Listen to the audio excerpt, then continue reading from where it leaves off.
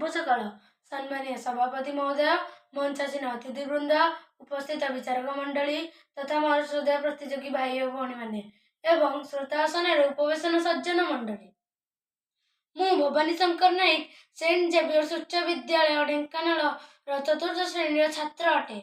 आज वक्तृता प्रतियोगित अंशग्रहण पूर्वक मो ढेंकानाल विकास मोर भूमिका प्रसंग में किछि कहिबार सुजोग दिया जाइतिबारु मु समस्त चिर कृतज्ञ। मो जिला नाम ढेंकानाल राजा ढेंका सबरंग नाम अनुसार नामित। मो जिला ढेंकानाल को शरण श्रीक्षेत्र मध्य कहुए। आमर यही पवित्र देवभूमि ढेंकानाल मोर जन्म। यार ऐक्य परंपरा और सुख्याति सर्वजन विदित, किंतु वर्तमान भ्रष्ट राजनीति एवं हीन मानसिकता आम समाजर अधोगतिर कारण होगाक बसी। अनेक प्रतिबंधक सत्वे सारा ओडिशा रे सबु क्षेत्र रे ढेंकानाल को सबुठु श्रेष्ठ और अग्रगण्य करने मु देखी आखिरे आखि स्वप्न।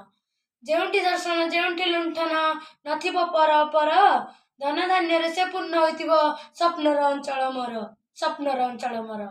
आमे राति शोइथिया बेले जो स्वप्न देखंती ताहाकु प्रकृत स्वप्न कुआ जाय नाही। आमको राति जे शोइबाकु देई न थाए ताहाकु प्रकृत स्वप्न कुआ जाय।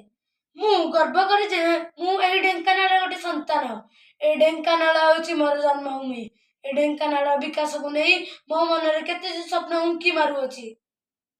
मो अंचल एपरी हेबा दरकार जेउंटी धन धान्य रे परिपूर्ण होइथिबो, क्षुधा तृष्णा दारिद्र्य और रोग मुक्त हेबो।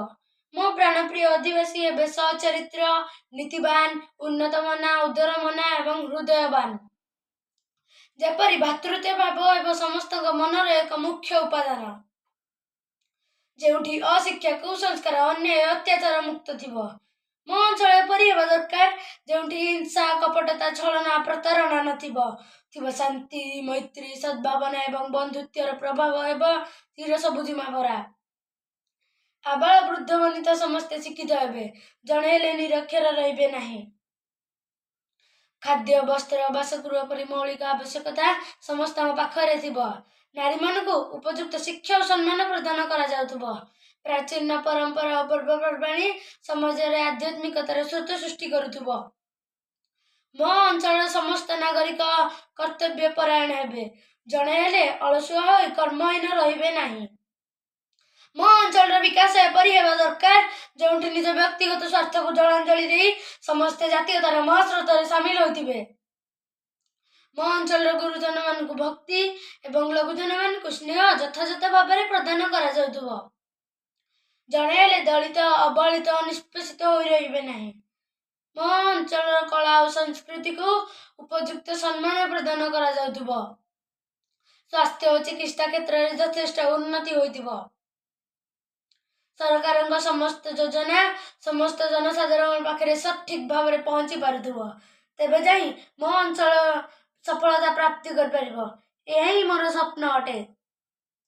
जने छात्र हिसाब से मोर प्रथम कर्तव्य रहबो कि मु अहरह विद्या ग्रहण करबी एवं एक सुनागरिक हेबी। जेपरी 12 वर्षर बालक बाजीराउत अंग्रेज मान आगे हार मानिले नहीं। जीवन तो गला सत, किंतु से अंग्रेज मान आगे मुंड नुआइले नहीं। सेहीपरि मु मो निज अंचल विकास पर निजको नियोजित करबी एवं समस्त सुख दुखर साथ हेबी। आमे समस्त एठारे परमात्मा स्वरूप उपलब्धि करी वसुधैव कुटुंबकम चिंताधारा नहीं आम ढेंकानाल को विश्व दरबार से श्रेष्ठ प्रतिपादन करने क्षेत्र में समस्ते उत्सर्गीकृत होगी कार्य करबा एवं ए ढेंकानाल को विकास पथरे आगे नबा। मु एतिकी कहि मो वक्तव्य शेष करूची। वंदे उत्कल जननी। जदि आपन वीडियो भल लागिथिबा ताले लाइक शेयर सब्सक्राइब करिवे।